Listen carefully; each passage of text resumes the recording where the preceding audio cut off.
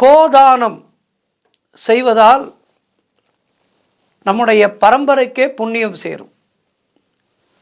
ஒரு பசுவிற்கு ஒரு கீரை வாங்கி கொடுப்பதால் நம்முடைய குடும்பத்திலே ஐஸ்வர்யம் சேரும். வீட்டிலே இடம் இருந்து ஒரு பசுவையும் கன்றையும் நாம் வளர்த்தோம் என்றால் அந்த புண்ணியம் நம்முடைய 16 தலைமுறைகளை காக்கும். இப்படி பசுவுக்கு நம்முடைய ஹிந்து தர்மத்திலே மிக சிறப்பான ஒரு இடம் உண்டு. 33 கோடி தேவர்களும் குடியிருக்கின்ற ஒரு அருமையான ஒரு உயிரினம் கோமாதா என்கின்ற பசு. இந்த பசுவால் ஏற்படுகின்ற புண்ணியங்கள் அவற்றை இன்றைய ஆன்மீக தகவலிலே பார்க்கலாம். பசுவை எவன் ஒருவன் ஒரு முறை பிரதட்சணம் செய்கின்றானோ அவனுக்கு இந்த பூலோகம் முழுவதையும் சுற்றி வந்த புண்ணியம் கிடைக்கும் என்கின்றது ஐதீகம். அதேபோல்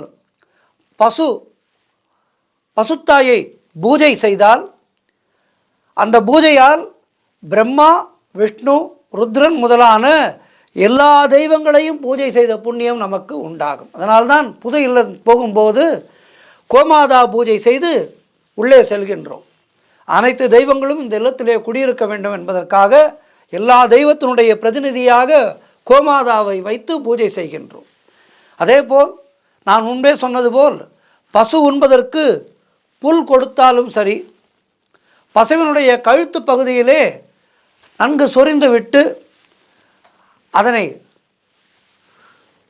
நன்கு சுத்தப்படுத்தினாலும் நம்முடைய பாவங்கள் விலகும் என்று சொல்கின்றது ஐதீகம். பசுக்கள் மேய்ந்து விட்டு வீடு திரும்பும்போது அந்த சந்தியா காலத்திலே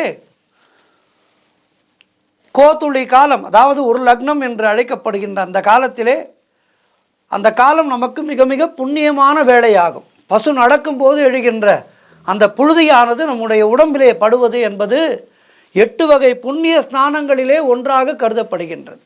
கங்கை, கோதாவரி, நர்மதை என எல்லா இடங்களிலேயும் குளித்த புண்ணியத்தை நமக்கு கொடுக்கின்றது. ரகு சக்கரவர்த்தி, அஜய் சக்கரவர்த்தி, தசரத சக்கரவர்த்தி போன்ற மன்னர்கள் எல்லாம் இந்த பசுவினுடைய அந்த புழுதியை பூசிக்கொண்டதாக வரலாறு இருக்கின்றது.